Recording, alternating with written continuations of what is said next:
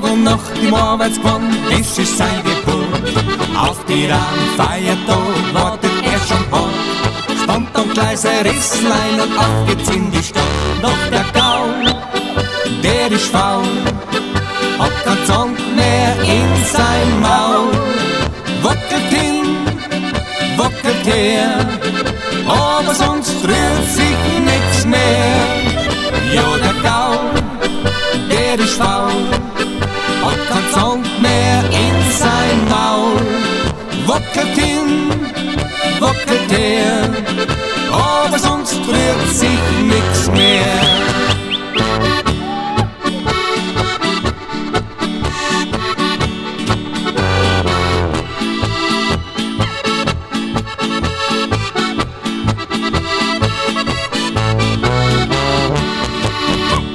Die Bäuerin sagt für Haus und Hof, es ist grad Damenleben und ist in der modernen Zeit bestimmt mit allem gehen.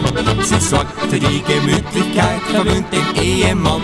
Sie nimmt den Ball ganz fest am Arm und fängt zum Busseln an. Doch der Paul, der ist faul, hat kein Zahn mehr wie sein Gaul.